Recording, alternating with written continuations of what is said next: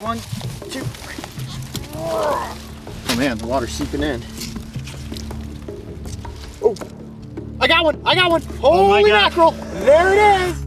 There's a famous song that goes, "Country roads take me home to the place I belong, West Virginia." And on this adventure, we will be following an old gravel country road that will hopefully take us to the place that one very rare creature calls home. This is West Virginia. First time I have ever filmed in this state. Many creatures we can come across. Now it's just a matter of taking this gravel path further into the wilderness, and then we'll break trail into the underbrush and see what we can find. Are you guys ready? Let's do it. All right, let's go. Today we are working alongside field herpetologist Tim Brust, who has spent many summers researching the various creatures that call this wild and wonderful state home.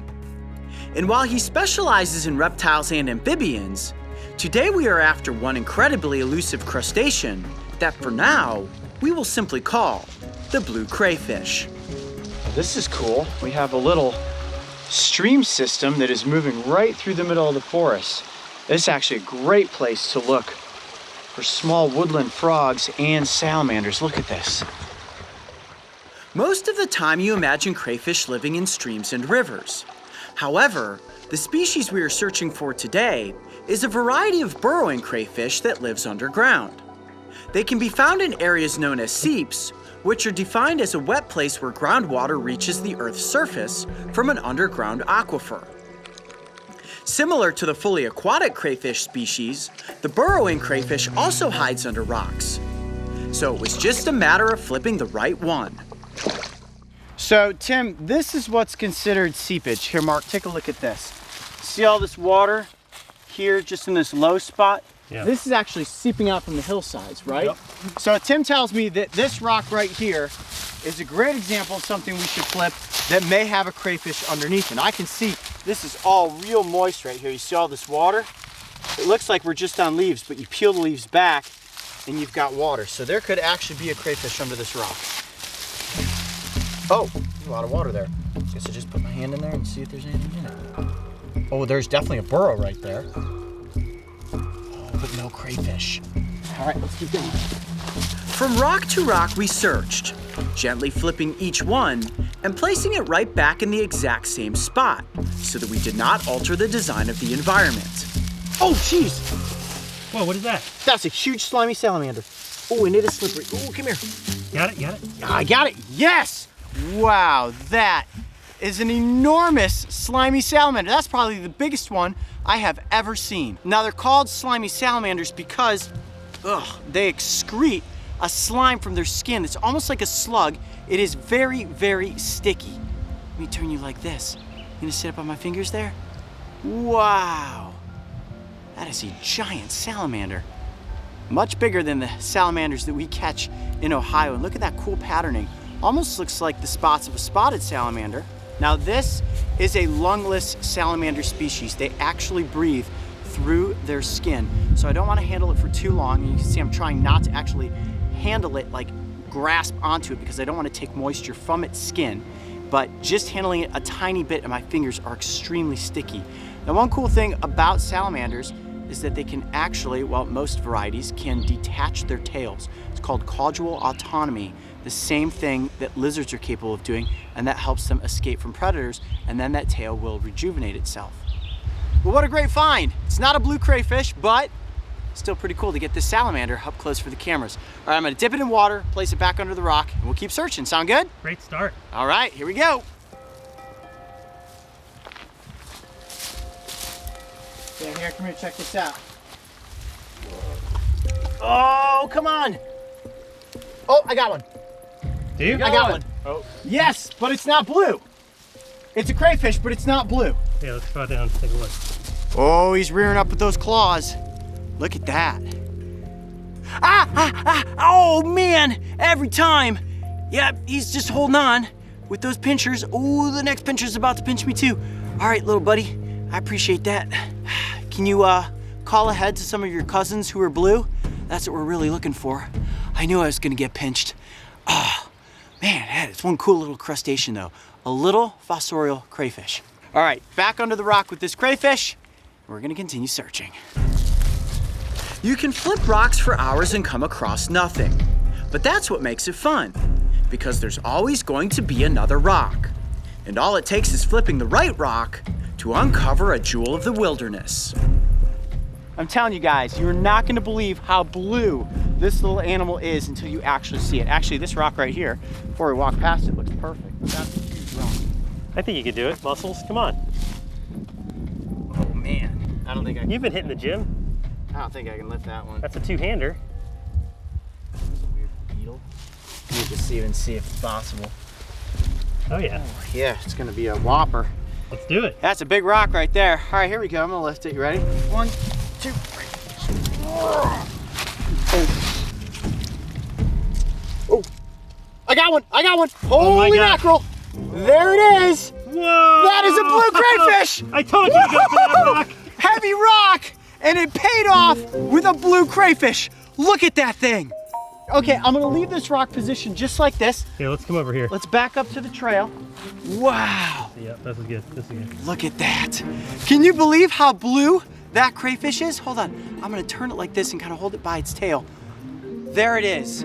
The sapphire of the West Virginia hillsides. It is so blue. I can't believe it. It is as blue as the sky is. Look at that crustacean. Wow. That must be the coolest looking crayfish I have ever seen. Now, this is a species that is subterranean, which means that they have burrows that can go down as deep as 8 feet under the ground, and they will come up into those little pools of water underneath the rocks to search for food. Now, these crayfish do not grow to be very large. This is about average size, and it is a female, and the way that I can tell that is by looking at its underside. It does not have these little kind of grappling legs underneath there where if it was a male it would use to grasp onto a female. And I can also tell that this one has a regenerated claw. If you didn't know this, most crustaceans, especially crayfish, are capable of losing claws and then they regenerate them. So this claw right here is a little bit smaller than that claw. So at some point a predator likely tried to eat it, it dropped its claw, and then it managed to escape. And now that claw is growing back. So I heard that these crayfish, they can actually drown in water. So if you found one of these, you wouldn't want to release it in the stream. No, they go in water. Their burrows oftentimes are filled with water, but they have to keep coming to the surface to breathe. Now, they do have gills, just like aquatic crayfish, but those gills allow them to breathe air. So you may be wondering to yourself, Coyote, don't you need to put this thing back into the water? Is it going to suffocate by being out in the open air? No, not at all. This crayfish is breathing right now.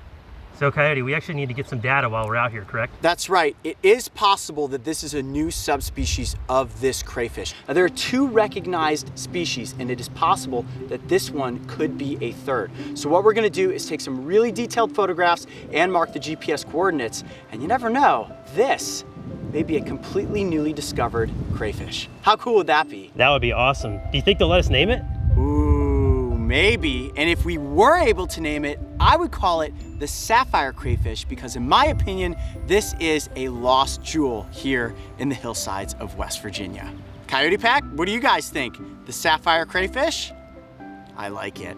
Well, I would say it was a pretty epic adventure today. We flipped over many rocks, we found salamanders, we found a brown crayfish, and then of course, the last largest rock revealed to us this little blue beauty. I'm Coyote Peterson. Be brave. Stay wild. We'll see you on the next adventure. The blue crayfish is one of the most uniquely colored animals we have ever come across. Its elusive nature and subterranean dwelling made it difficult to find, but in the end, the long search was completely worth it. As of the release of this episode, this subspecies of crayfish has officially been classified as a new discovery and is in the process of being described by scientists. And when it comes to the common name officially becoming the sapphire crayfish, well, that's still up for debate, and we are told there is a chance it may actually happen. So I'll continue to keep my fingers crossed. Oh, SHONGOLOLO. Got one? This is the one we're looking for, the red and black millipede. Wow, they are big. As the rumble of thunder echoed through the mountains and flashes of lightning illuminated the sky, heavy rains poured down, saturating the wilds of South Africa. Tonight we are hunkered down at the Tainskloof Game Reserve, waiting for the storm to pass. When it does, the life-giving rains will have brought one mysterious creature out from hiding. Creepy, crawly, and completely harmless, this native arthropod definitely deserves a moment in the spotlight. Oh, He's awake. you guys got a lot of lights out here. It's a little late for lights, isn't it? No, it's the perfect time. Or you guys want to go searching for creatures? Oh, yeah. Well, the good news is that we're on location right now in South Africa, staying at the Reserve Protection Agency's headquarters. And earlier today, some rain moved through, which means that the animals are going to be moving about. Yes. Now, I heard a rumor that there's a little creepy crawly that may be out tonight called the SHONGOLOLO. Oh, what? The SHONGOLOLO. Sounds crazy, right? Could be creepy, could be crawly, and if you guys are ready, get the flashlights on. See if we can get one up close for the cameras. You guys ready? Let's do it. All right, here we go. All right, let's venture out from under the overhang and into the mist. Can you see that mist coming down? Yeah, I can. I know, it looks like we're in Costa Rica right now, not South Africa. And here you go, if you crouch down, point your camera at the ground, bring the lights down here, you'll notice how much moisture is in this grass. And we're in the dry season right now. And what's crazy is that I think we brought the rain from Ohio. I was expecting arid terrain and lizards and reptiles all over the place. And so far, we've been wet this entire trip. Over here, we've got a rock structure. All those little nooks and crevices are the perfect place to find the myriapod that I'm after tonight. You guys ready? Let's do it. Let's go search. All these crevices are the perfect place to look. You see all this moisture just spilling down the rock sides. We're looking for the Shonga. What is it again? SHONGOLOLO. And how do you spell that? SHONGOLOLO. SHONGOLOLO. Wow, I'm actually impressed. Oh, right here, right here. That didn't take us long. Now you may be looking at that thinking to yourself, that's a millipede. SHONGOLOLO is the indigenous name here in South Africa for the millipede. Now this is a big black one. Come here, buddy. I'm gonna pick it up very gently. Oh, buddy. Look at that guy.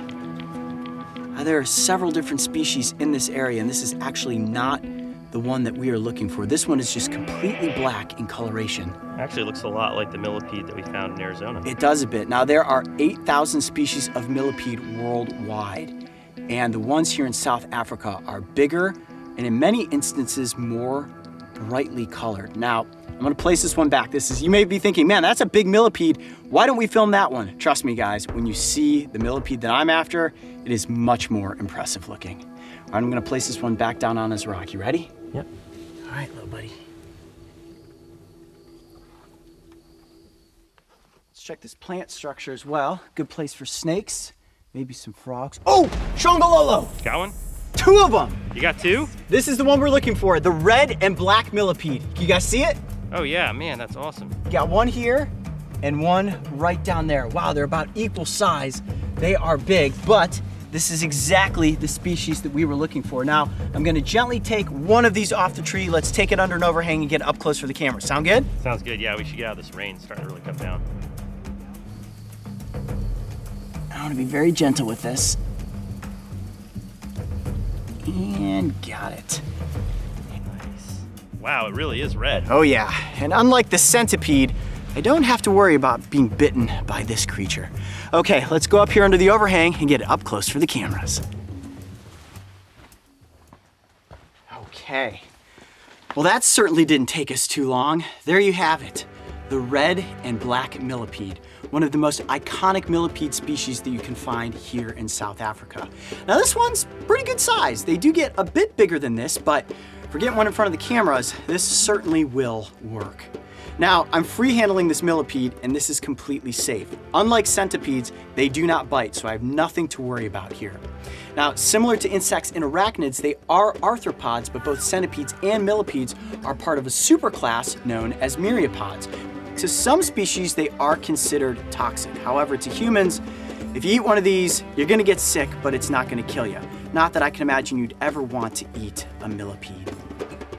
Now, the millipede is the perfect little recycling creature in nature. And what they're doing is breaking down all the decomposing plant matter that you'll find out there on the forest floor, whether it be leaves, mushrooms or anything else that's decomposing, honestly, sometimes even dead animals, they will help break that down and return it to the ecosystem. Now, the way that these creatures breathe is through a series of small holes that run along the side of the body called spiracles. And they are very, very fragile considering the fact that they have this rigid exoskeleton. If it gets too hot, so if this creature finds itself out during the daylight, it can actually cook from the inside out. It's also very susceptible to water. So if it gets into an area where too much rainfall comes down, they drown very easily. So while it may be prehistoric looking in nature and it's been here for millions of years, it's actually pretty fragile when you break it all down. Now here's something that's cool, and the reason I wanted to feature this millipede is because it is red and black, and that red coloration, as you guys know, my favorite saying, aposematic coloration, is a warning to any potential predator that I may be toxic. I'm not sure exactly how toxic this variety is, but given that coloration, I'm willing to bet that it is not something that you want to chomp down on. Now, the name millipede means 1,000 legs. However, there's no millipede species in the world that actually has 1,000 legs. In fact, the millipede with the most number of legs counts around 400. Do we want to take the time to count this millipede's legs? I don't think so, but if I hold it up like this and show you its underside, you can see that each individual segment has 2 pairs of legs. As this creature grows, each section grows every time it sheds its exoskeleton. So if you're out there walking through the underbrush and you see a millipede and it looks like it's completely white, that's actually not a dead millipede, but an exoskeleton that was left behind after a shedding. That's so cool the way that they move, just a wave at a time with those legs. Now you see those 2 little antenna-like structure up front? Those are actually sensory organs that help them explore their environment. Those help it find its food and also can detect potential predators. So why do they come out in so many numbers? Well, it's called a drove when they come out. So when the rain comes in, it moistens up the soil and they come out from underneath the leaf litter. And what they're doing right now, because everything is moist, is they're getting the opportunity to feed, their opportunity to lay eggs, and their opportunity to do what they do, which is break down the environment. Now, they do have little mouth parts, so unlike a centipede, they don't have those big front pinching mandibles that can inject venom, but those little mouth parts are used to break down their food. They don't have proper eyes, but they do have eyes that are capable of sensing light. So as the daylight creeps in, they begin to realize, okay, I better tuck back down underneath a log or rock so that I don't end up getting cooked. Now, they don't move very fast, Coyote, but they actually can cover some ground. They really can, and you can see that about 4 or 5 sets of legs move at a time, almost like a wave-type motion. And if they need to escape from something quickly, they can move up to 20 sets of those legs at one time. But in this instance, it feels pretty calm. It's just trying to sense the environment by feeling my hand, and see it's looking for its next point of purchase. There you go. As long as I just keep placing my hands out in front of the millipede, it will have something else to walk onto. Well, it certainly didn't take much searching for us to get the red and black millipede, also known as the SHONGOLOLO, up close for the cameras. I'm Coyote Peterson. Be brave. Stay wild. We'll see you on the next location. Hey, you're gonna let him go, right? Oh, that's right. I gotta place him back out there on his rock. South Africa is home to some of the world's largest and most iconic animals, including giraffes, elephants, and rhinos. Yet oftentimes it's the smaller creatures, such as the SHONGOLOLO, that manage to go uncelebrated.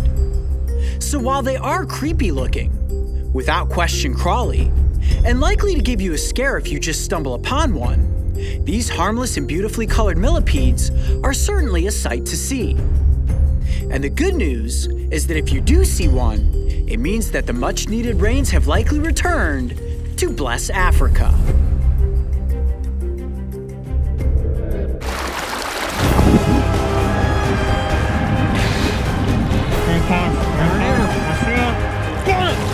Wow!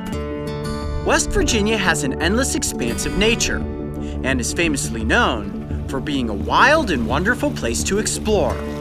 Its vast rolling mountains span across the entire length of the state, and hiding deep within them is a plethora of wildlife. Today we are exploring an incredibly healthy ecosystem near Elkins, in a secret location that we are not allowed to reveal, as it is heavily protected for conservation purposes. We have special permissions to explore this location and are working alongside field herpetologist Tim Brust. Tim specializes in surveying protected wilderness areas, where he safely catches, records, and releases reptiles and amphibians. What you got there, Tim? What we have here is a northern water snake. Our mission is going to be anything but easy, as the goal is to locate one of the rarest amphibians in the great state of West Virginia, a giant salamander that is known as the Hellbender. Wow. There's the river.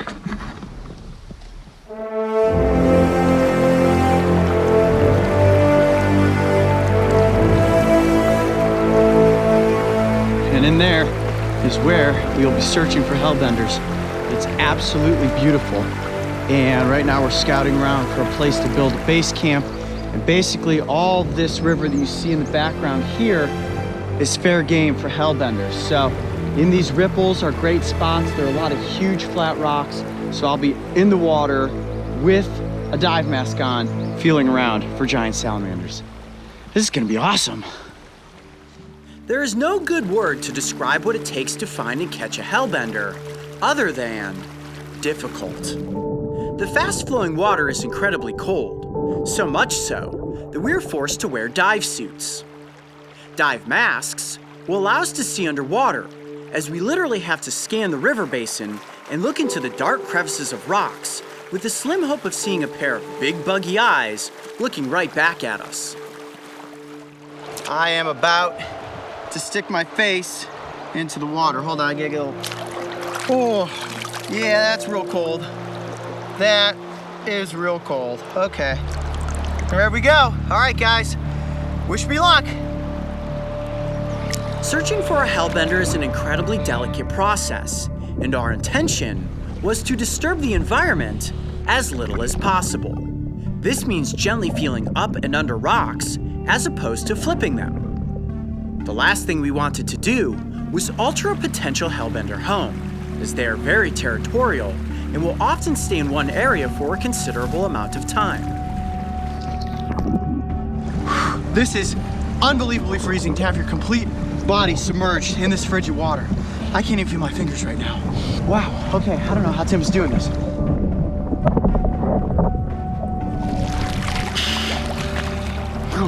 Nothing yet. It is freezing. Our epic Hellbender hunt went on for hours. At this point, I was completely frozen and ready to call it a day. Yet Tim absolutely refused to give up, and his persistence finally paid off.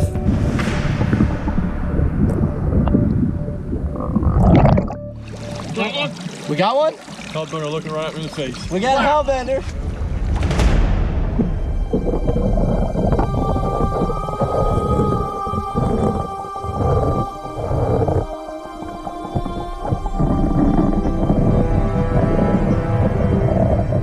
Okay, so we have a Hellbender, 100% right here underneath this rock. Tim's gonna use a gentle maneuver to coax it out, and I'm gonna try to scoop it up in the net. Is it big? It appears to be. Is it big? Tim says it's big. It's a big one.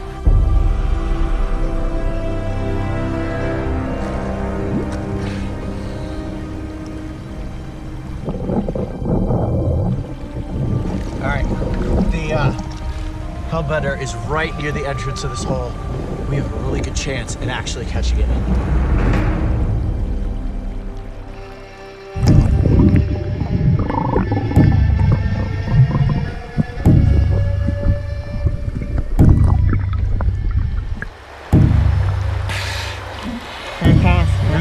I see him.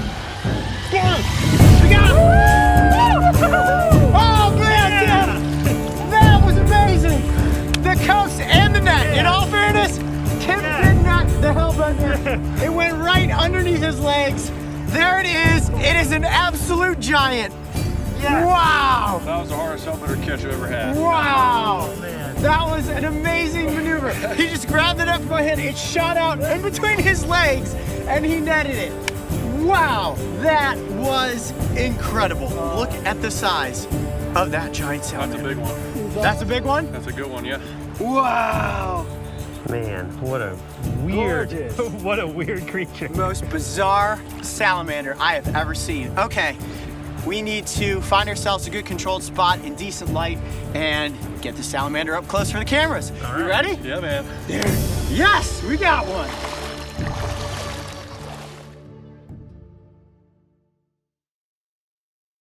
All right, guys, well, it was a long, cold day in the river, but we finally did it. All right, Tim, bring in the hellbender.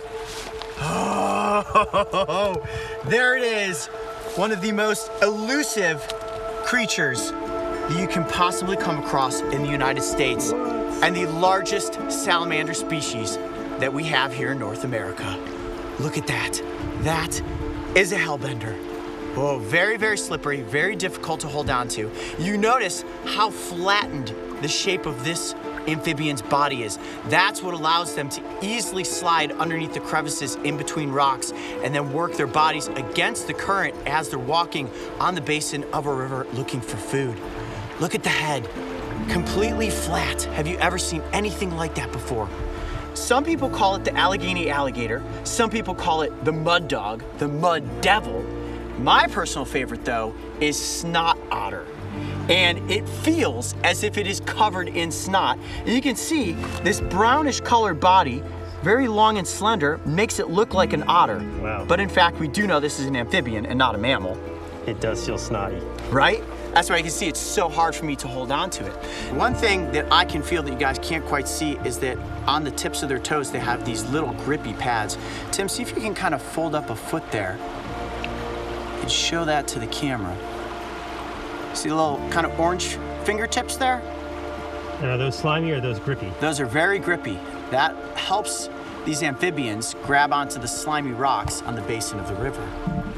Look at that coloration though, right? Let me kind of tilt it down. Can you see that? Brown with slightly orange patterning allows it to stay perfectly camouflaged on the basin of the river. Now, can you see the eyes up front there? Kind of zoom in on those eyes. See how tiny they are? They have very poor eyesight. They can sense light, but they actually have all these little light receptors all over their bodies, and they can also sense vibrations in the water. They use that ability to sense vibrations to help them hunt for their food. And then look at the tail. The tail is like a rudder. Can you see that? And that's how they're capable of making quick bursts of movement underwater if they need to. Like when it first came out from underneath the rock, it shot out, and Tim magically somehow managed to scoop it up in the net. Now, they're primarily nocturnal. That's when they come out and do their hunting. And 90% of this amphibian's diet is made up of crayfish. They will eat small fish. They will take other little invertebrates. And believe it or not, a large one like this will even eat other hellbenders. They're very, very territorial. And oftentimes, a smaller hellbender may lose its life to a larger one like this if it wanders in to the wrong neighborhood. I am just in such awe of this creature right now. It is unbelievably incredible. Like, I never thought I would ever see a salamander this big. Now, it is the largest species of salamander in North America and the third largest species of salamander in the world, third only to the giant Chinese and Japanese salamander. And look at that little face. How adorable is this creature? It's kind of staying pretty calm at the moment. I'm gonna dip it back down into the water. I need to make sure that this amphibian stays hydrated at all times. Here, Mark, come over top and let me show you these lateral skin flaps. This is one of the most interesting things about these amphibians. Can you see this? Sure can. See those flaps? These flaps actually help them oxygenate, and they absorb all their oxygen through the water. Well, hello. Hi there. What's your name? Should we name you? Herbie? Herbie the Hellbender? I think that's a yes. Yeah, he gave me a little squeak and blew some bubbles. Well, it's interesting because they breathe through their skin, and scientists actually aren't sure if they use their lungs to breathe or just for buoyancy underwater. And right there, I would definitely say that it kind of looked like it came up for air. At least it exerted some air from its lungs, probably so that it could get down to the bottom of this tub of water. Now, one thing that I do want to do very quickly here is actually get the length of this hellbender. We're gonna do a little biometric research here. Try to get completely stretched out here. tip of the snout to tip of the tail. I think with the bend, it's 20. That looks like a 20-inch hellbender right there. Wow, 20 inches in length. So, Coyote, how old is this amphibian? Well, nobody really knows for sure how long they can live, but some scientists think they can live as long as 70 years. Wow. I would guess that this one, based on its size, is probably somewhere between 25 and 30 years of age. So about as old as we are. Yeah, pretty much. This is an old creature, and they're very susceptible to pollution. This is what we call an indicator species, and the fact that we found one here in this river is a really good sign that the water system is in fact healthy. Their larvae are the ones that are most susceptible to pollution, but because they absorb so much of the environment through their skin, like all amphibians, if it's a polluted area, there's not a good chance that they're gonna survive. Well, it was one very long and very frigid day searching the rivers of West Virginia, but we finally came across the elusive hellbender. I'm Coyote Peterson. Be brave. Stay wild. We'll see you on the next adventure. All right, let's get the salamander back into the water. Over the past century, hellbender populations have greatly declined. And while the species is not officially listed as being endangered or even threatened, it is protected across its range. And strong conservation efforts are helping to preserve the species.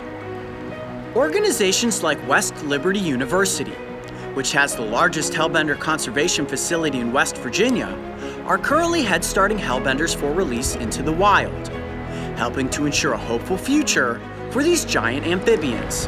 All right, there he goes, back up underneath this rock.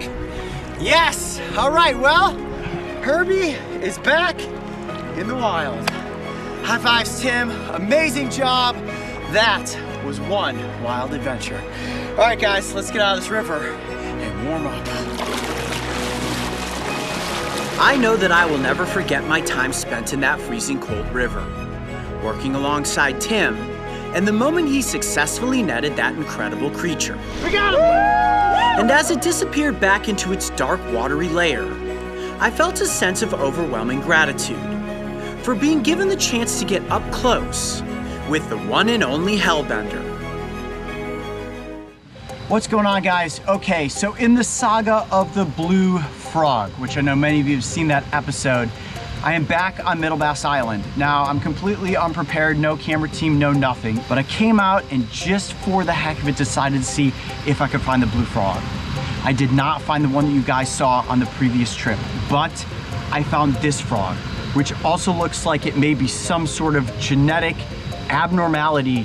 It has crazy blue coloration and lighter green speckling. What we're gonna do is hold on to the frog until daylight so we can get a better look at it.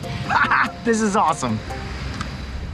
In the summer of 2020, I came upon a sight I never expected to see. Dude, that is a blue frog. Look at that frog. Where? Right there. Oh my gosh, we gotta catch this frog, guys. I can't believe what I'm looking at. This is insane. For 3 days, Mario and I pursued this frog. Day and night, we attempted to catch and share this beautiful blue beauty with the Coyote pack. Yet this super spring-loaded creature outsmarted, outmaneuvered, and outplayed me like no frog I had ever been witness to. Coyote Peterson was truly defeated by a blue frog. I can't believe that just happened. I returned to the scene of my defeat several times in the following weeks, but the blue frog was nowhere to be found. The Phantom of Middle Bass had disappeared, and the legend was born. Then on a random trip back to the island, without any expectation of seeing this legendary frog, and with no proper camera team, a new blue was spotted, and I totally redeemed myself.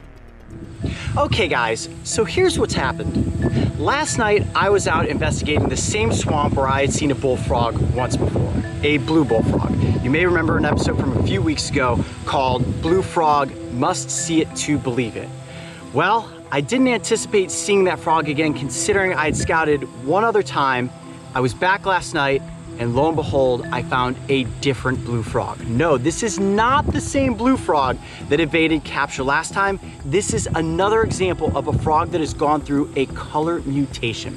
Now, it's not so much why is this frog blue, it's how did this frog become blue. It is blue because it has a color mutation known as axanthism. Think of it like this. If you're mixing colors together, blue and yellow make green. The base layer of bullfrogs is actually blue, but this frog lacks a yellow pigmentation in its skin. If the base is blue and the second layer is yellow, when those mix together, that is why we perceive frogs as being green. This frog has a lack of that yellow pigmentation, which is what makes it appear to be sapphire. Now, a color abnormality like this can be rather frequent in nature, and it happens quite often in different amphibian species, not only in frogs, but also in salamanders. Although scientists predict that finding a blue bullfrog is about 1 in 30,000 frogs. So I definitely consider this quite the anomaly and a pretty incredible find.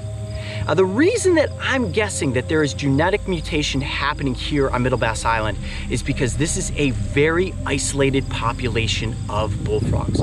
There are very few predators other than herons and snapping turtles in this environment, which is allowing these frogs to just continuously reproduce. There are hundreds of thousands, if not millions of bullfrogs living in this marsh. So after a while, it's not unlikely that there's going to be some sort of mutation that happens where you have a color variation like this.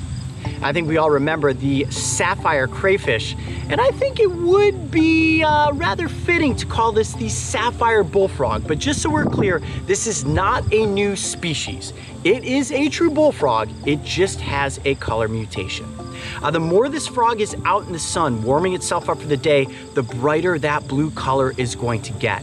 When this amphibian is cold or it's hunkered down, they have the ability to shift the chromatophores in their skin, which of course can help keep them more camouflaged. Now, the problem a blue frog like this faces is that it cannot camouflage properly.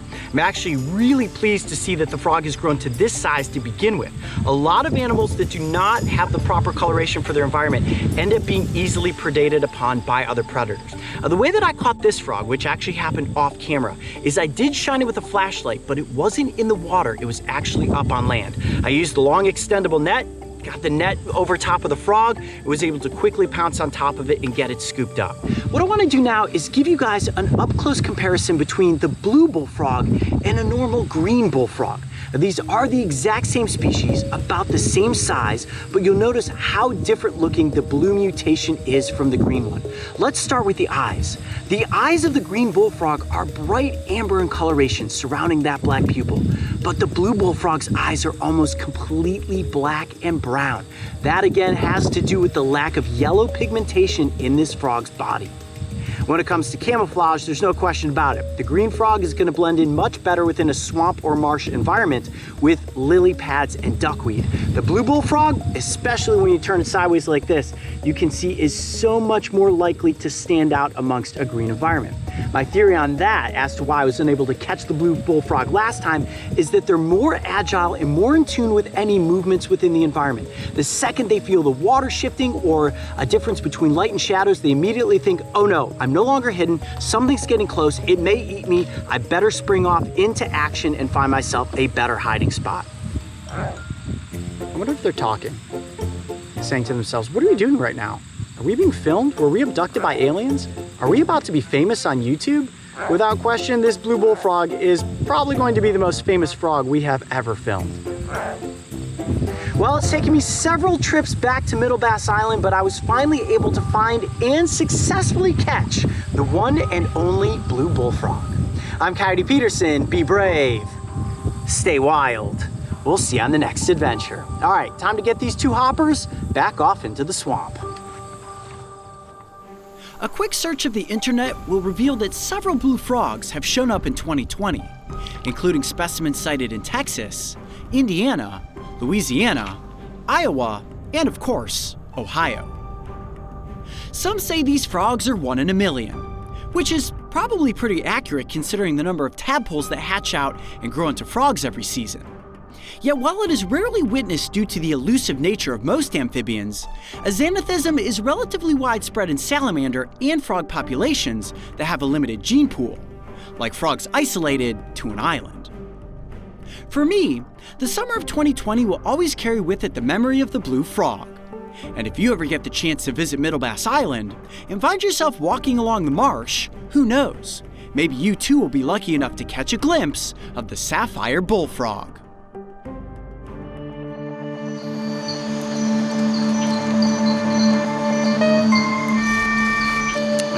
nervous to have it like this. Like I'm really confident that they don't bite, but ooh, now he's waking up.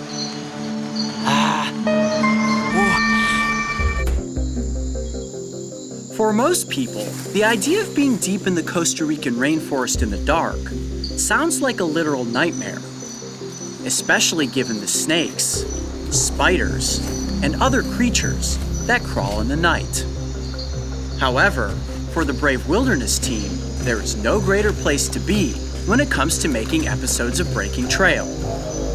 And on this dark, rainy night, we are exploring a reserve located in the mid-elevation slopes of the Central Caribbean Zone, a biologically rich environment that is home to many unique species, including the one I'm about to get in front of the cameras, that almost looks as if it should exist on an alien planet. Ooh, hey Mario, come here. What do you got?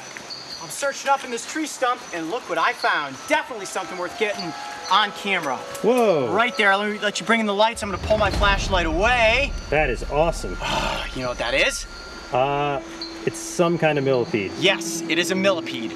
Good news for me, because as we know, I don't particularly care for centipedes, but this one, completely safe. It's actually a python millipede, one of the largest millipede species here in Costa Rica. Let me see if, okay, curling onto my finger there. Now, I am 99% sure that they do not bite, but his little mouth is definitely nestled right up next to the side of my finger there. My hand is even shaking a little bit just because anytime you have a creature like this that wraps around your finger, even though I feel like it's not gonna bite me, if it wanted to, yeah, I would be in a very, very stuck situation. Okay, here we go. Now it's getting calm. Whoa, all those little tiny legs just moving across my hand. They are spiky. It doesn't really hurt, but it does tickle. Now, whoa, boy. Okay, good thing I caught it there. I want to make sure that this creature stays as calm as possible because they are incredibly toxic. And I wish I hadn't dropped it like that. Let me give it a little smell here. Ooh, yep, it's getting agitated and it's actually starting to secrete the toxin which contains cyanide.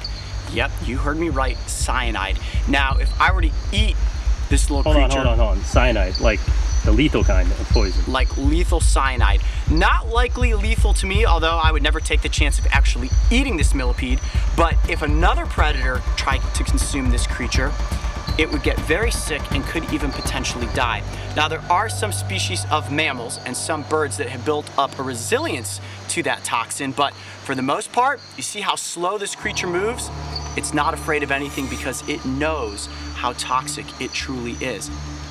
Now, let's talk about the name for a second, the python millipede. I imagine that scientists must have given this creature that name because the camouflage on their backs almost look like the scales of a python.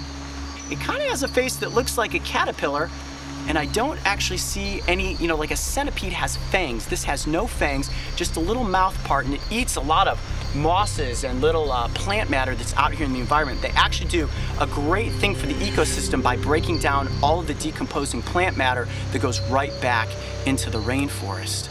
Are these rare or? They're fairly common, but this is really a large one. I mean, they only get to about 4 inches in length. Look at that. I see you here crawling my finger.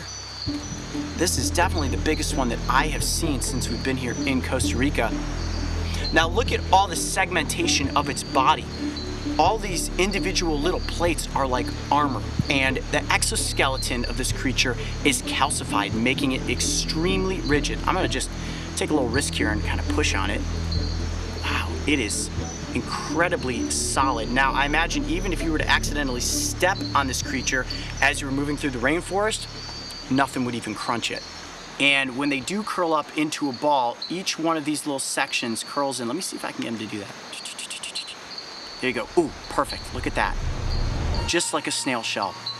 And that calcified exoskeleton is very, very tough, which is what sets them apart from other arthropods. That is so cool looking. Let me see if I can go ahead and hold it up so you can see the legs. Can we see your belly? Boy, look at that. Not something you would want crawling in your bed, huh? Now, millipede doesn't actually mean million legs, it means 1,000 legs. And looking at this creature, each individual body segment has 2 pairs of legs. So I'm guessing, let me try to just do a quick count here. This creature probably has about 60 legs. Oh, I certainly can feel them all just crawling across my arm. Now, you look at a creepy creature like this, and I'm sure you're thinking to yourself, there is no way that this guy is getting a date on a Saturday night. But believe it or not, with this specific species of millipede, the males are very committed to the females. So committed, in fact, that they will ride on the females' backs to deter other potential suitors from coming in and stealing the female away. Mario, have you ever seen a millipede of this size before? Oh man, that's crazy. Right? I mean, the ones in the Sonora Desert are close to the size, but not nearly as cool looking. I mean, look at that exoskeleton. Looks like an alien. It really, really does. The animals of the rainforest never fail to amaze me, and every night we come out, I feel like we found the most bizarre creature imaginable. Then tonight, we come across the python millipede. I'm Coyote Peterson. Be brave. Stay wild. We'll see you on the next adventure. All right, little guy, back up into the moss.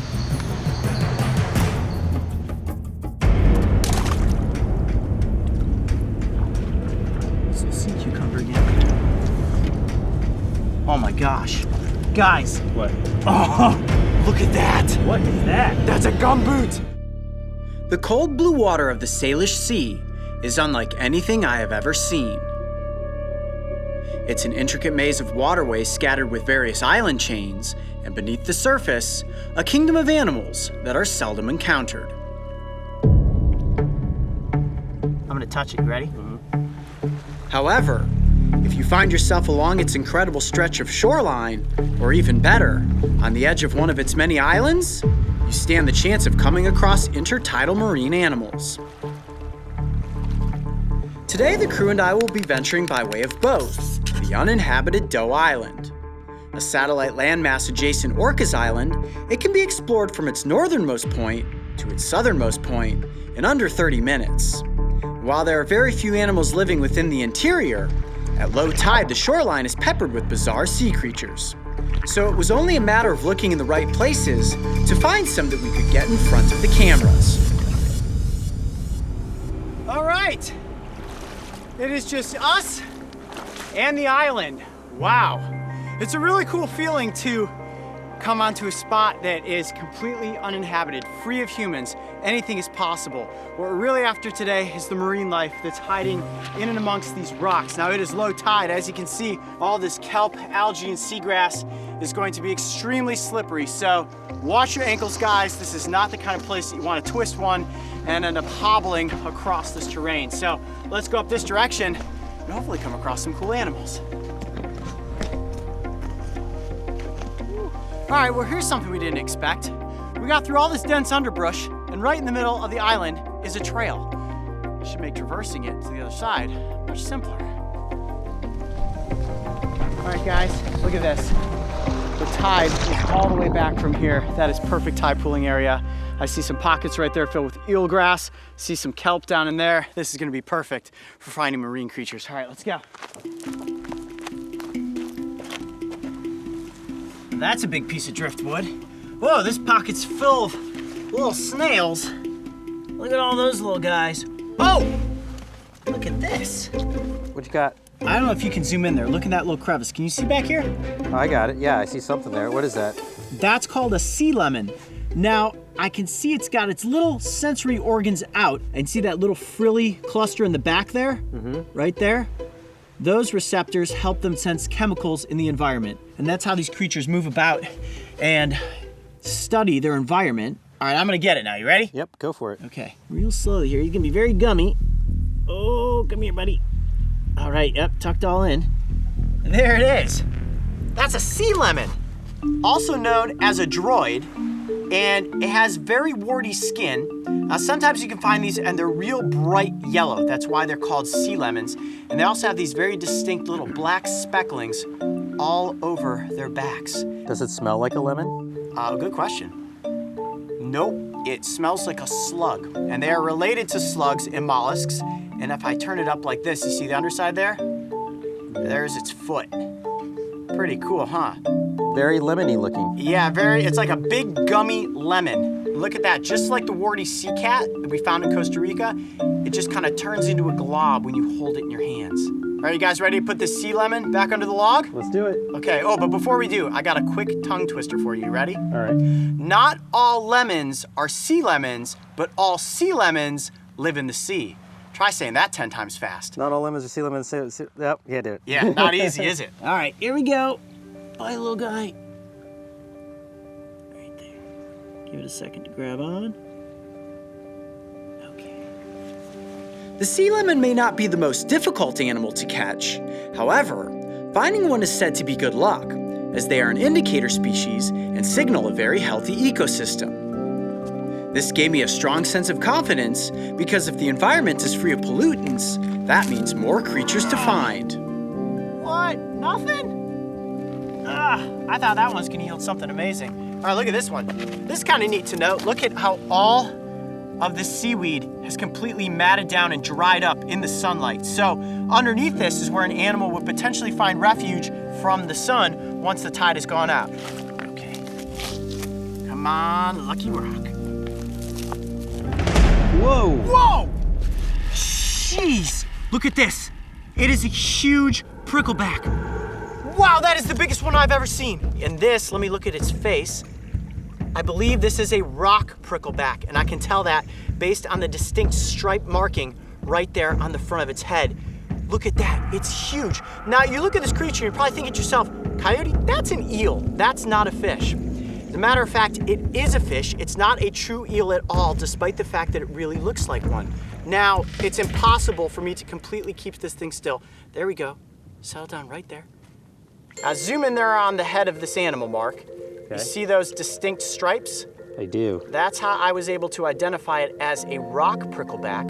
There are several prickleback species in this area, but this is the largest. And this may look big to you and me. This is the biggest one I've ever caught, but they can grow to be about 3 feet in length. Oh, man. Yeah. So, Coyote, is it slimy or is it slippery? What's it like? It's incredibly slimy and slippery. And here's something really cool about these pricklebacks. They can actually breathe air. They breathe underwater with their gills, and then when the tide goes out, they can stay out of the water for several hours breathing air. Now notice that ridge that runs along its back. That dorsal spine, that has little tiny spikes on it. And I can feel that, kind of like the fins of a bluegill. And it's not sharp enough to necessarily prick me, but they use that to help themselves balance when swimming underwater. So, Coyote, these fish, can they dry out? Because we found them out of water, like there's no water under these rocks. Well, they can't dry completely out. So if it was sitting out on a rock in the sun, that would obviously kill it. But underneath the rock, even if there's no water, they can secrete a mucus from their skin. That keeps them wet and slippery. I do keep dipping it into the water. Here, watch this. So if I just kind of keep its head cupped and dip it in, that allows it to stay cool and moist. And I think at this point, it's probably safe to say we can release this prickleback back off into the ocean. You ready? Good idea, let's do it. Watch it swim out of my hand. There you go, buddy. There he goes. All right, let's keep searching. With what seemed like an endless supply of smaller rocks to carefully search beneath, we also found ourselves maneuvering over and around massive boulders that were exposed by the low tide. And while these massive rock structures would not be possible to overturn, searching for animals in their crevices was a perfect place to look. Oh, a good shaded spot here. Look, this is still wet and slippery. Oh, look at that right there. See that? That's a chiton. Nope, that's a chiton. It looks like a barnacle or part of the rock. That's actually a mollusk. Hold on a second. I'm gonna see if I can gently get it off here. They really suction on the rocks. I got it. Hold on. Coming on? Yeah. Here we go. There we go. Whoa, look at the underside of that thing. Looks just like the foot of a slug, doesn't it? So it's not a barnacle? No, it's not a barnacle. This is a mollusk. They're related to slugs and snails. Now, this is a small species. I'm not sure which species. If you look at the back there, you see all these armor plates that run down the center? Those are called vents. And believe it or not, the largest species of chiton lives in this area, and that's honestly what I'm hoping we come across today. The tide is low enough, it's just a matter of being in the right place at the right time and finding the right series of rocks. All right, I'm gonna place this one right back here in the shade. There we go. All right, let's keep moving. Try to find the giant gumboot. Gum what? Gumboot chiton. So far, aside from the prickleback, everything we were finding was rather small. That is until I jumped between two boulders and found myself in the land of giants. A lot of hermit crab. Ooh, what's that? What's a little sea cucumber again? Oh my goodness, look at this! What? I can't see. Oh! Look at the size of that sea star! Whoa. And it's purple! What? Have you ever seen a sea star that big before? No, I've never seen one that purple either. Wow. That is a first for me. I think that could be our star. Oh my gosh. Oh my gosh. Guys, What? this is one thing I'd hope we'd find. Is there a bigger one? No, look at this. Ah! I got it! Oh, look at that! What is that? That's a gumboot! What's a gumboot? It's a chiton. It is actually a type of mollusk related to snails and slugs. And I think between the two of these, we have found our feature creatures. All right, actually the tide is starting to come back in at this point. Let's move up a little ways and get these two up close for the cameras. Woo, this is awesome. Woo! How'd we do? I would say that was quite possibly the most successful tide pool adventure we have ever had. Now, most of the animal species that we found, we showed you quickly and then we released them right back into the wild. But our two feature creatures, we just had to take some time to get up close for the camera. Now I'm gonna reach into the bucket here. I did bring a bucket just in case we found something that was worth holding on to for a little bit of time. Because you can see the tide is all in there. Yeah, the tide is coming back in pretty quickly, so we only have a few minutes with these animals, but if you're ready, let's go for the first one. You set? Let's see them. Okay, here we go. This is the largest sea star I have ever seen. Look, he's got algae and kelp all over his little tube feet there. And it's purple. It is purple. Now, I will give you one guess as to what type of sea star this is. Wait, here's a hint. What color is it? Great. Close. And a good guess. It is a purple sea star, and this is one of the largest species that you can find off the Pacific coast. And honestly, it is the biggest sea star I have ever handled. Look at this thing. All right, I'm gonna gently peel off a little bit of this kelp and algae from its tube feet. And clean you up here, buddy. Now, I'm gonna turn it, and let's look at the underside. Check this out. You see all these little white things that look like spaghetti noodles? Those are called tube feet. Now, they have thousands of these, and they're used to slowly move over the surface of rocks when they're underwater. And actually, believe it or not, I say slowly move over rocks. When a sea star needs to, it actually can travel pretty quickly. Now, aside from movement, these tube feet are also used to help them catch and consume their prey. Now, what they primarily feast on are mollusks and clams, and what they will do is, let's say my hand is a mollusk, right? You know how they close up in their shell like this? What it will do is completely engulf the mollusk, wrap its arms around, and then use all of its power to peel the shell slightly open. Then they take their mouth, they actually evert their mouth and stomach, right? So that means that their mouth and stomach comes out of the center of their body. They release digestive enzymes into their prey. It breaks down the prey's body, right? So it essentially kills them, poisons them, and then they're able to suck all of that delicious flesh into their mouths, and they have a meal. And you wanna know something really gross?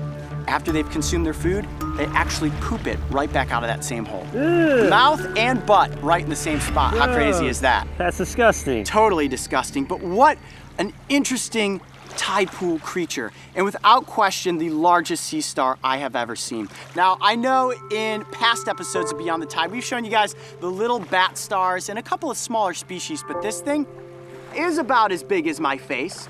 Now, one cool thing that we do know about sea stars is that if they lose a limb, it can regenerate. So let's say it gets stuck in a rock or a bird or some other sort of predator comes in and bites off one of these legs, it's not gonna kill the sea star. It's called caudal autonomy, and it will eventually grow that limb back. Now, this is a very common species up and down the Pacific coast, and they're pretty simple to find when the tide is at its absolute lowest. Pretty cool, huh? The purple sea star. Purple sea star. All right, I'm gonna put this back into the bucket and let's bring out our big star. You ready for this? All right, guess number 2. Let's do it. All right, let me get it out of here. Whoa. Look at that. This is in my opinion, one of the most bizarre creatures we could have come across. Kind of reminds me of the black sea hare, but it's not as squishy. Now, this chiton is very unique amongst other chiton species because I'm gonna turn it this way. The one that we showed you earlier had these distinct valves that ran across the length of the back. They're kind of like armor plating. Now, this variety does also have those valves, but they're covered in this thick, rugged skin. This skin is called the girdle. Now, you're probably thinking, what does that feel like? Is it real slimy? It's not. Go ahead, Mark, put your hand out there and touch the back of that chiton. It's like an elephant or something. It is. It feels like an elephant or rhinoceros skin. Now, this is very tough, very durable. Not only helps keep them camouflaged, but also protects them against potential predators. Now, this one is red. We saw some smaller ones earlier and they were like brown. Yeah, that's true. And this red coloration, I don't know exactly why it's red. You would think maybe it stays in kelp, and perhaps that's what keeps it camouflaged. Kelp is kind of this reddish-orange coloration.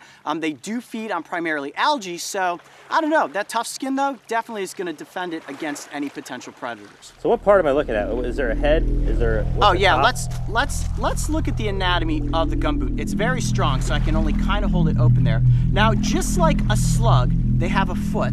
That's right in the middle here. Okay. That big area down there. And they also have a mouth, which is tucked in underneath here. And inside that mouth is a radula. Now, radula is kind of like a scrapey tongue, right? It's covered in these little teeth, and they use that to drag across rocks where they feast on algae, which is their primary source of food. So this is an herbivore. Now, behind these flaps, you see these right here? They have gills, just like a brown or a black sea hare. We can't expose those. I'd have to actually peel them back, and I don't think it will be too happy if I do that, but they use those to breathe underwater.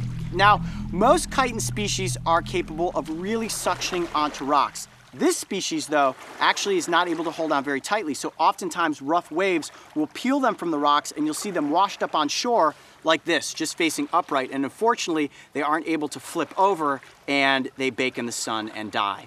So, we definitely need to return this creature back to the water and hopefully up underneath a big, strong rock. But they could actually live out of water for quite a while, right? They can, and as long as they stay positioned downward like this and flatten out their bodies, they can stay out of water for a considerable amount of time. So are they like a hedgehog in the sense they can curl up in a ball like that, or? Well, that's a good question. Well, we know hedgehogs are mammals. This is not a mammal, this is a mollusk.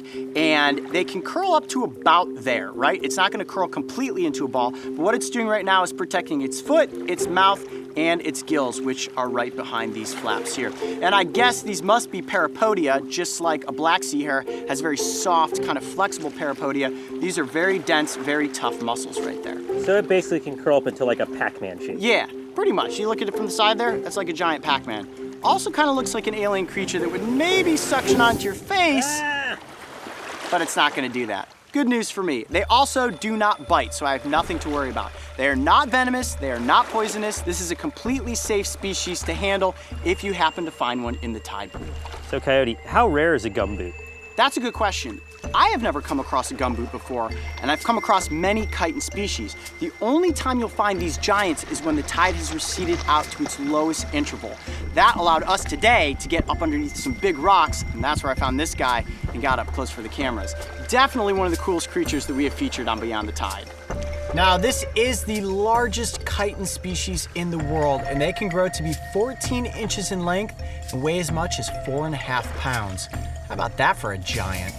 So what eats these? Does anything eat one of these? Small crabs will eat along the edges of this animal's body, but from what marine biologists have observed, it doesn't seem to necessarily injure or distract this creature from moving along the ocean floor. So it doesn't have a whole lot of predators, what you're saying? No, but here's an interesting fact that you may not know. The gumboot is actually edible if you're a human. Ooh. Believe it or not, in a worst case scenario, let's say you're stranded on an island and you've run out of coconuts and crabs and you find a gumboot, this internal fleshy area is edible. Although I have to imagine it would taste pretty gross. I mean, just that name, gumboot, I'm imagining it's like eating a very chewy boot that probably has the taste of disgusting ocean water. Well, Wow. we're headed back to shore tonight, so we're gonna have pizza. Yeah, I'm gonna eat pizza tonight and not a gumboot. Well, I would definitely say that this was one epic excursion, exploring Doe Island, where we came across more marine species than we've ever featured on an episode of Beyond the Tide. I'm Coyote Peterson. Be brave. Stay wild. We'll see you on the next adventure. Oh, look at this. The tide is coming back in, which means it's time to put the animals back into the ocean. Exploring along the shoreline of Doe Island, we came across some fascinating marine animals. Species like the gumboot chiton and purple sea star are rarely exposed, so it's only when the tide is at its absolute lowest that creatures like this can be encountered and safely admired. If you come across either of these two in the wild, remember that they are completely harmless. However, it's always best to simply admire them from a respectful distance so that you do not disturb their natural behavior cycle. Ooh, look at this. I see something up here. Yes, glowworms. The entire ceiling is covered. There are so many worms, it's like looking at the stars. This is an advertisement for DreamWorks Animation. There are few places on this planet more magical than the island country of New Zealand. Its coastlines are pristine, edged with crashing waves and volcanic black sand. Its interior is visually stunning and seems as if it were painted with an artist's free-flowing brush, as its rolling hills naturally dip and disappear into winding valleys that have been carved over millions of years by the ever-flowing rivers and magnificent waterfalls. So I think it's pretty clear to see why the Brave Wilderness team targeted this location as the perfect hidden island backdrop for a project centered around the newest How to Train Your Dragon film. This trilogy is one of my all-time favorites, set mainly on a remote island within the Viking village of Berg, and it centers around the idea of humans living, eventually befriending, and ultimately thriving alongside dragons.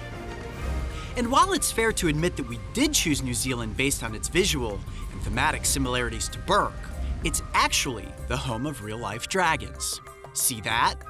It's a tuatara, a reptile that has been on our planet for over 225 million years. But we're gonna save that for another episode. Today, the team and I are in Waitomo, and we will be going beyond the beauty of the island's exterior to travel deep into its underbelly as we search for one of its most primitive, yet brilliantly bioluminescent creatures, the glowworm. All right, guys, this is it, our official point of descent. It's time to enter the hidden world of glowworms. Flashlights on, here we go. In the latest Dragon installment, The Hidden World, we learn that there is a secret underground safe haven where dragons can live and fly freely. As the audience, we are introduced to this hidden world when Hiccup and Astrid are searching for the Night Fury dragon known as Toothless. If you have no idea who or what I'm talking about, then I definitely recommend you go back and watch these movies. Trust me, you will thank me later. Anyways, Hiccup and Astrid enter into a cave system that is filled with the magical glow of bioluminescence. And that is where our mission in the real world begins. Can we find the glow of bioluminescence in nature? Let's find out what's behind door number 1. Wow. How far down does that go? This is cool. It's an entire spiral way that goes all the way down to the bottom as we start our entry into the cave system. With flashlight beams illuminating the way, we slowly began to descend into the darkness. And while I wish I could have flown in on a dragon, the entry on foot into the Waitomo cave system is still pretty epic in its own right. Nearly 150 feet below the surface, you find yourself at a single rock that is continuously splattered with dripping water. Traditional Maori culture suggests that before entering the caves, you cleanse your hands so as to not bring any negative energy into the underworld. Another series of steel doors are prompted open, leading you through a cylindrical passageway that finally empties you into a hidden world that is unlike anything you have ever imagined.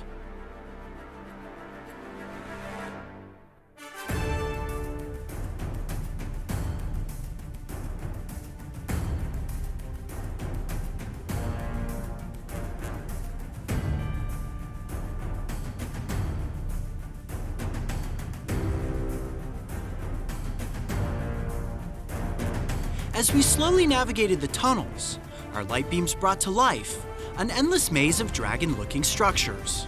It was in that very moment I was able to visualize a comparison between this living world and the hidden world of fantasy that was so brilliantly displayed in the franchise's most recent film. Look at this, it's like a sheet that just works its way down the side of the cave. Look at this one. Looks like the wing of a dragon. Sure does.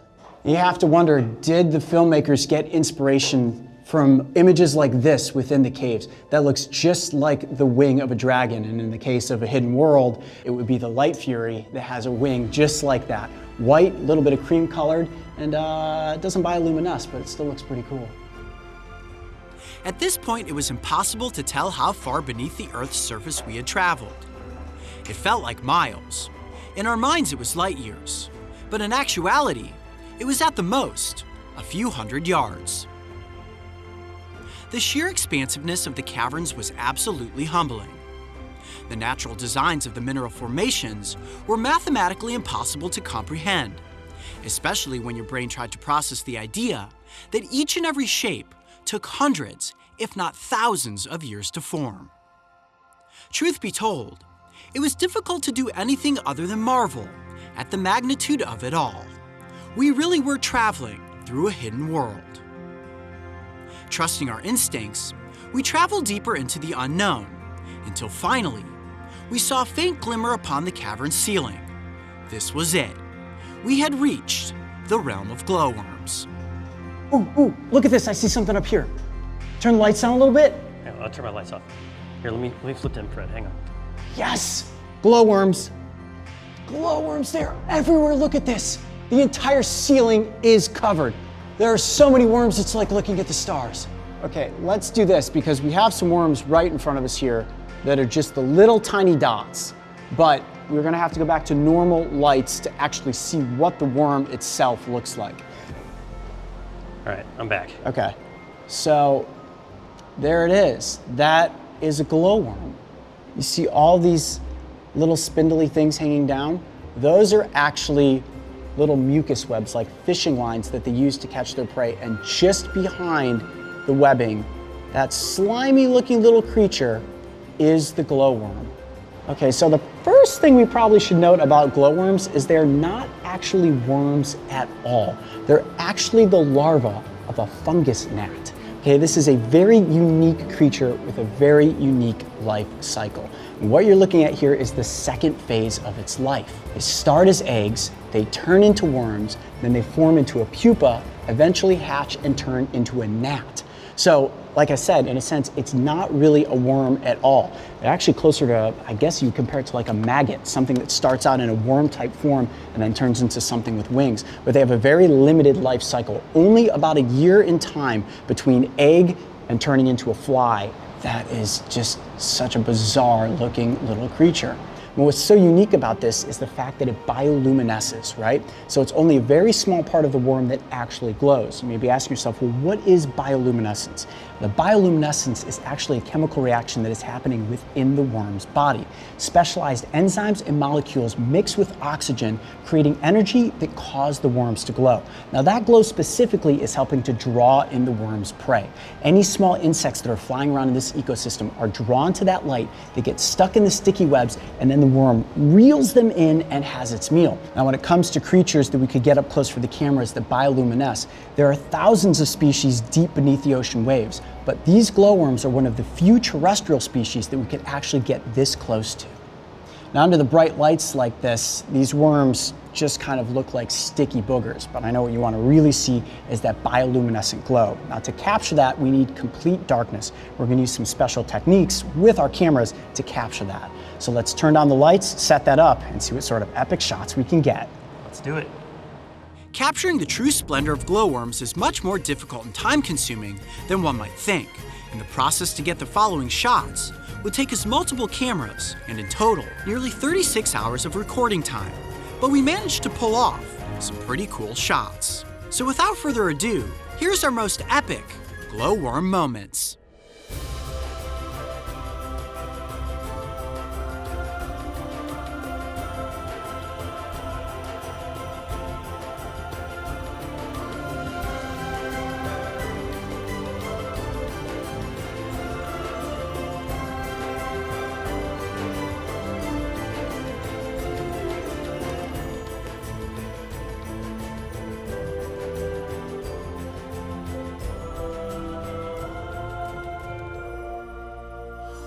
Well, how cool is that? Exploring the hidden world of glowworms to capture the wonder of bioluminescence on camera.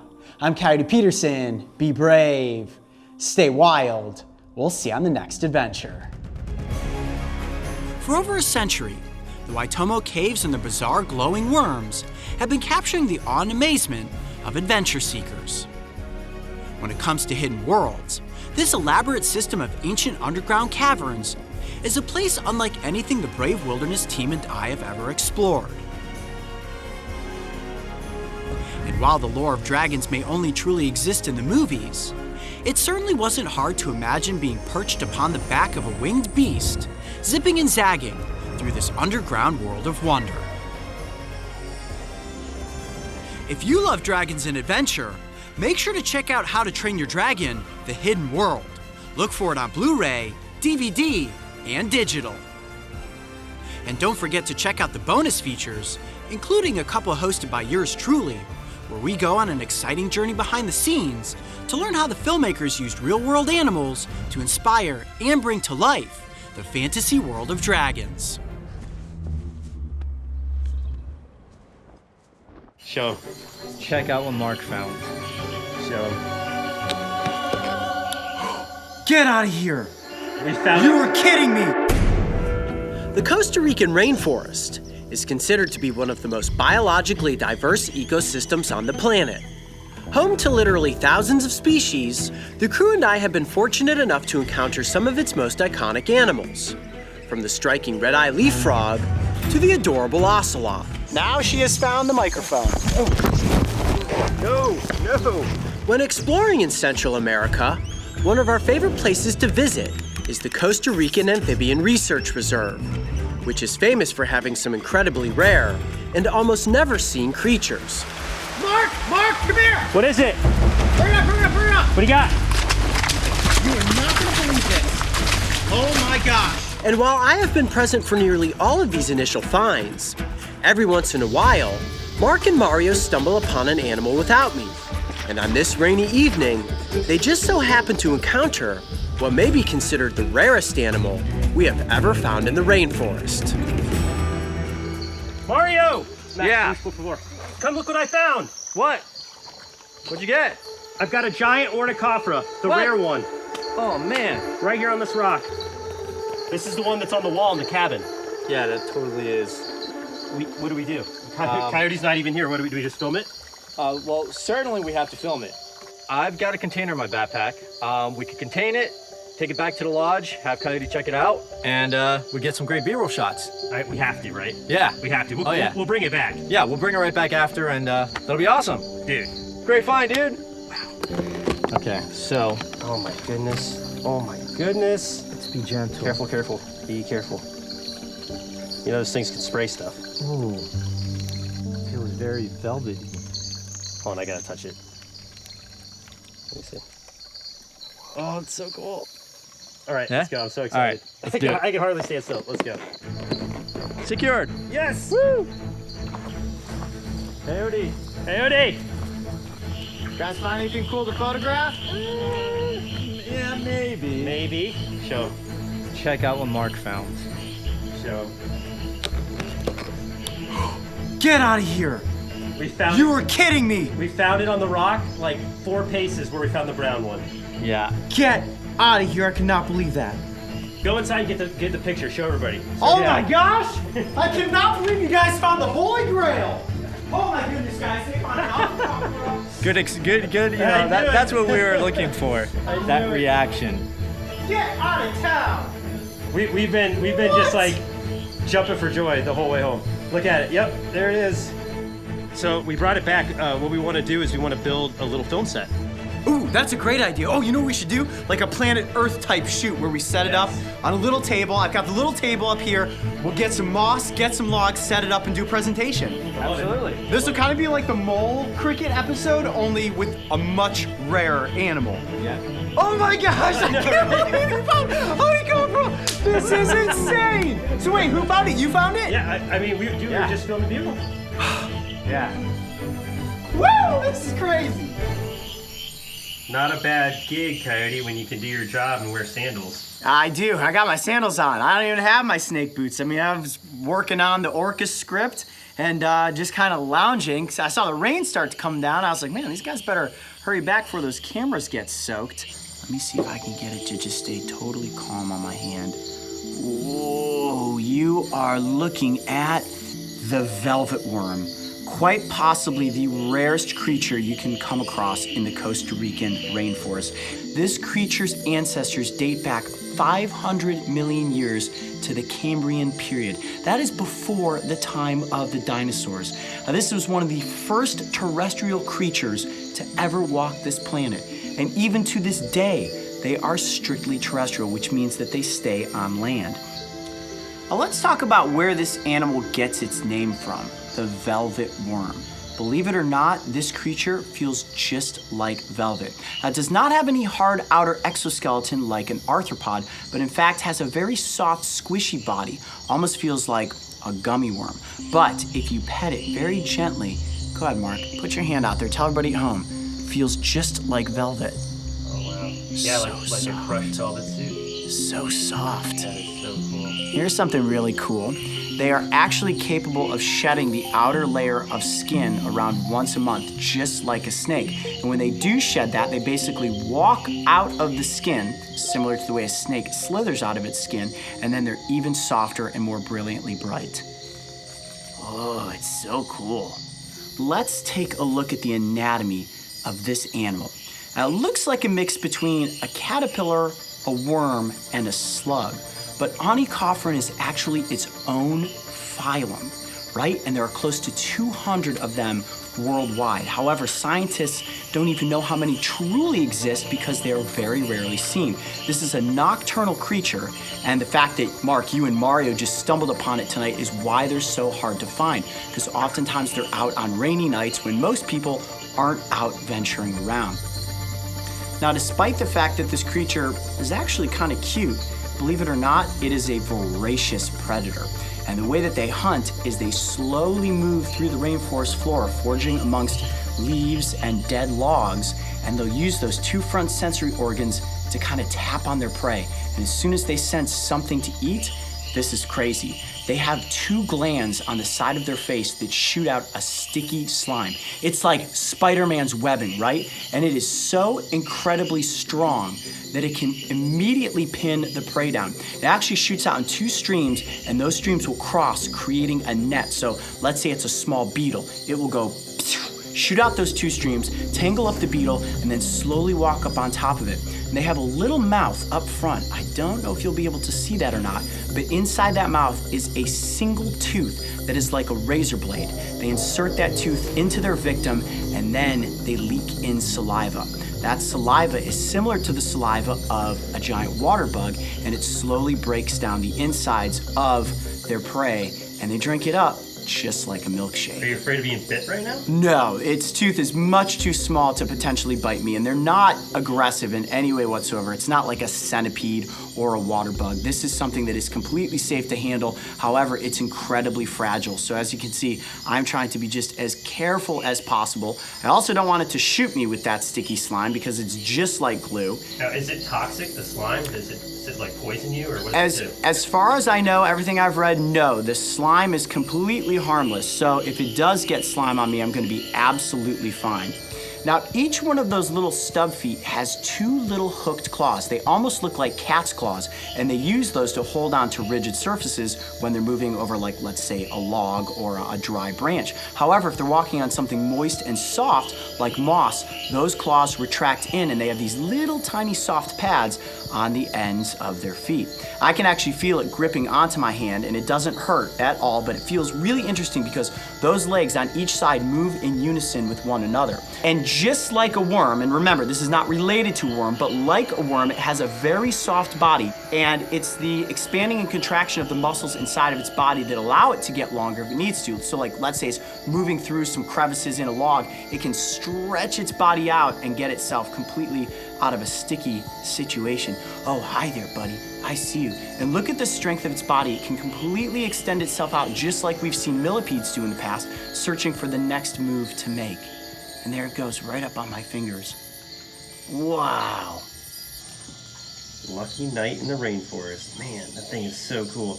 All right, well, you built a pretty awesome little set here, Coyote. Yeah, I think this is a good opportunity for us to get this velvet worm down on the miniature set and start filming some epic B-roll. Are you guys ready? Let's do it. All right, let's get the voiceover going and turn this into a Planet Earth episode. The red velvet worm is a creature that is almost never seen in the wild with human eyes.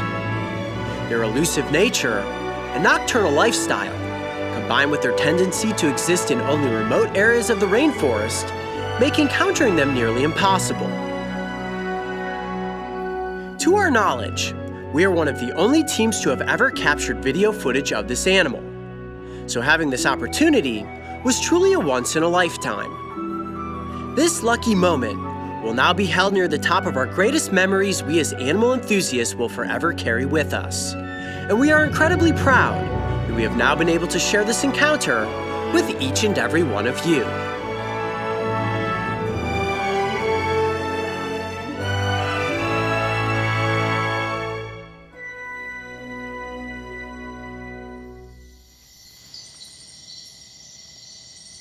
Wow, what an absolutely incredible night. Getting the holy grail of bizarre rainforest creatures, the red velvet worm, up close for the cameras. I'm Coyote Peterson. Be brave. Stay wild. We'll see you on the next adventure. All right, guys, here we are.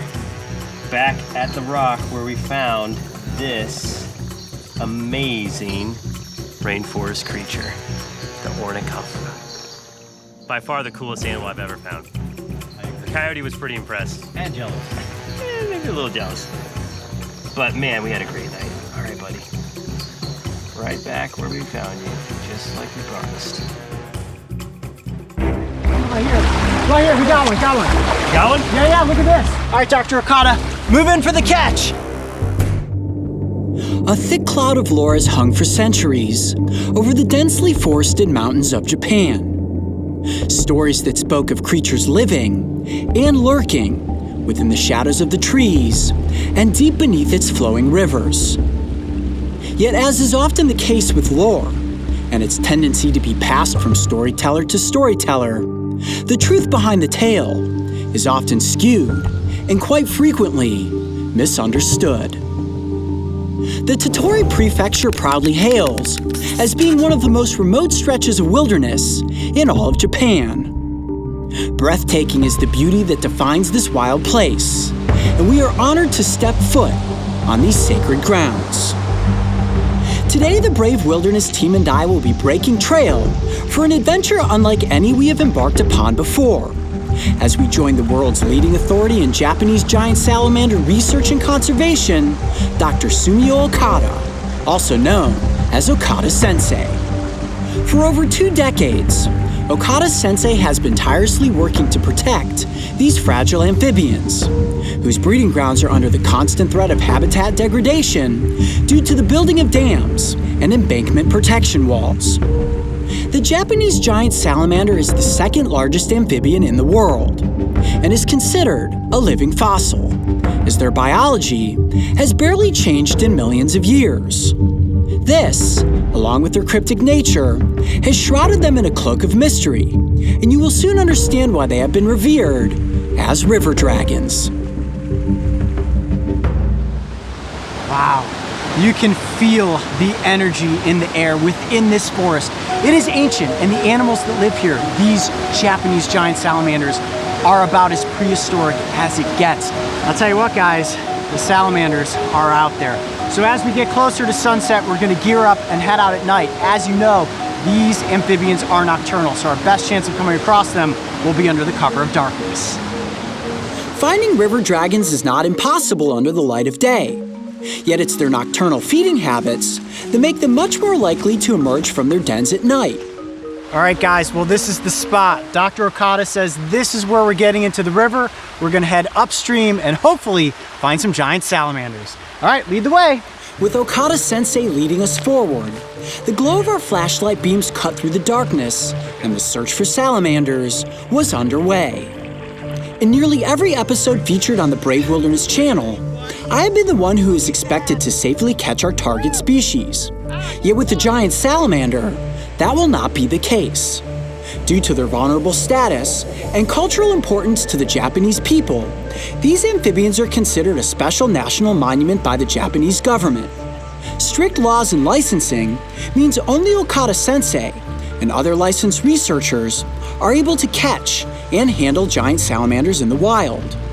My job will be to spot and assist in recording data if one is found. I'll tell you what, guys, you wander away from the rest of the group and just spread out by yourself searching, and I just can imagine what it would be like hundreds of years ago to come across one of these creatures for the first time. You could certainly see where all of the lore and the myth would have come from. These incredible, enormous river dragons just out here in the darkness hunting amongst the current. It's exciting to be out here, and hopefully we're gonna find a big one. Even with waders keeping our clothes dry, the chill of the water was enough to send consistent shivers down our spines. Yet the thrill of the search and the hope of encountering a true giant kept us all fighting forward.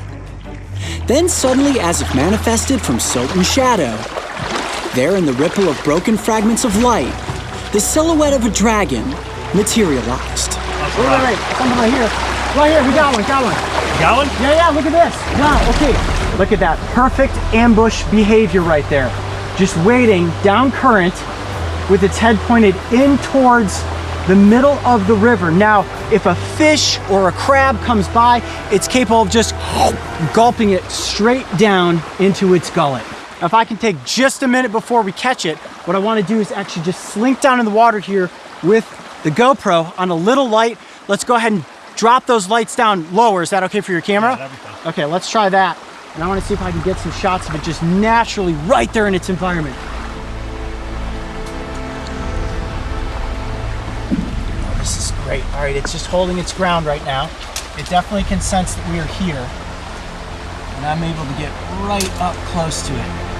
Oh, that is so cool. Wow. That's a good one. That is a good sized salamander. What an ancient looking creature. All right, Dr. Okada, move in for the catch. Yes. Man, I got a pretty awesome shot right there. Got it? Whoa. Got it. Man, Nice. they can be quick. Wow, look at that. Completely fills the inside of the net. Each salamander is unique, and we have to collect the biometric data for every one that we find. So let's get it up here on shore and get what we need.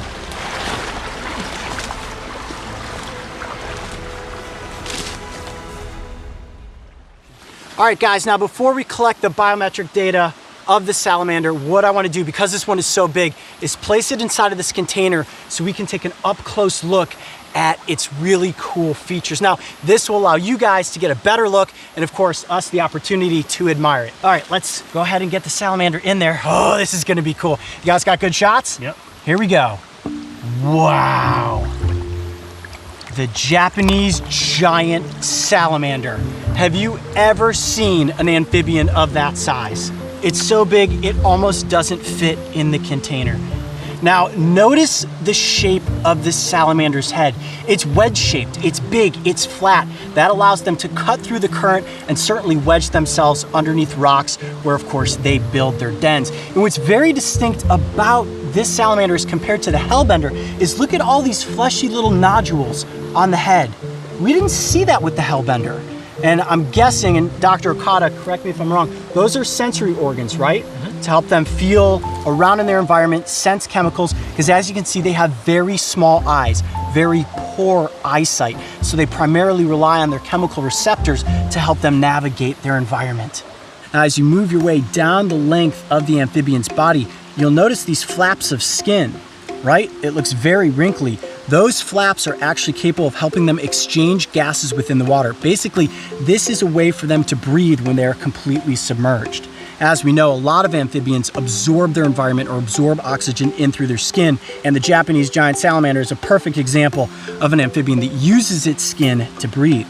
Now you notice the length between the front legs and the rear legs has quite a noticeable spread, right? That allows them to keep their body really low and squat to the basin of the river. Now, each one of these arms, and of course the legs, are very short and stumpy, but they are armed with little pads on their fingertips. They have 4 fingers up front, 5 fingers in the back, and those little nuptial pads, they're almost peach in coloration, allow them to grip to the basin of the river.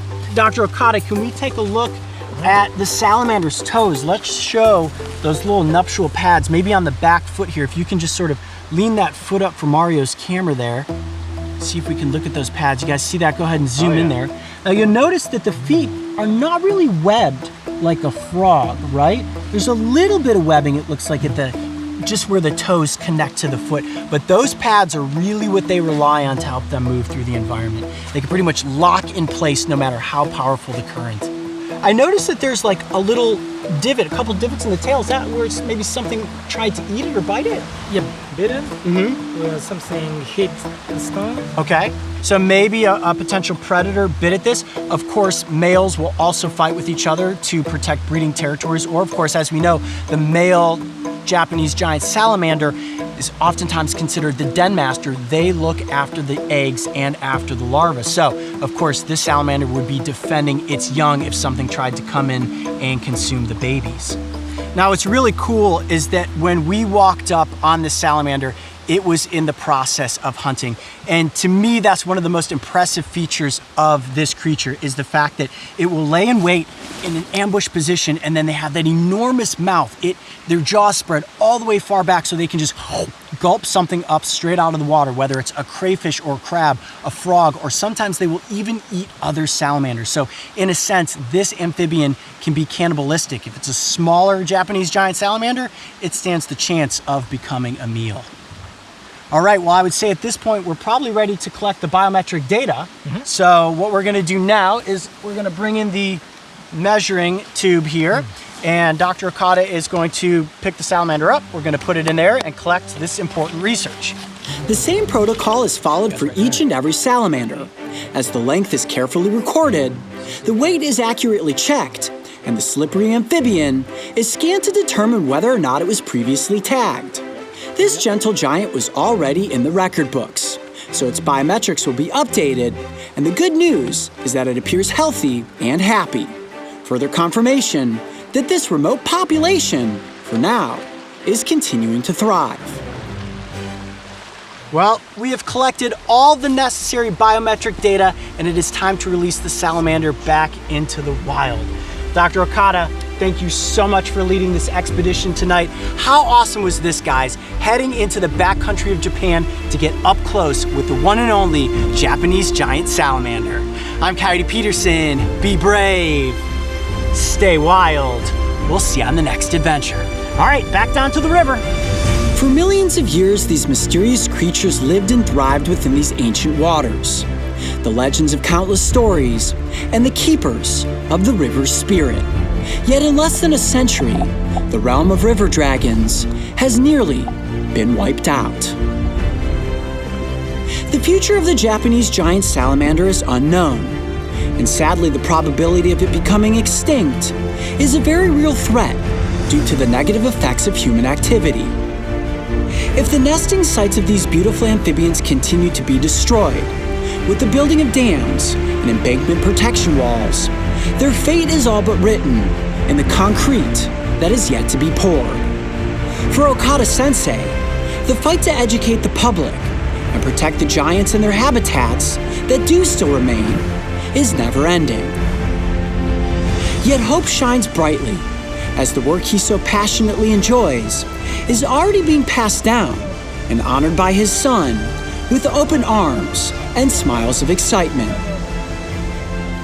If you would like to make a difference in protecting the Japanese giant salamander, and also dream of seeing these beautiful animals in the wild for yourself, make sure to visit the website that is helping to ensure that there is a future in the realm of river dragons.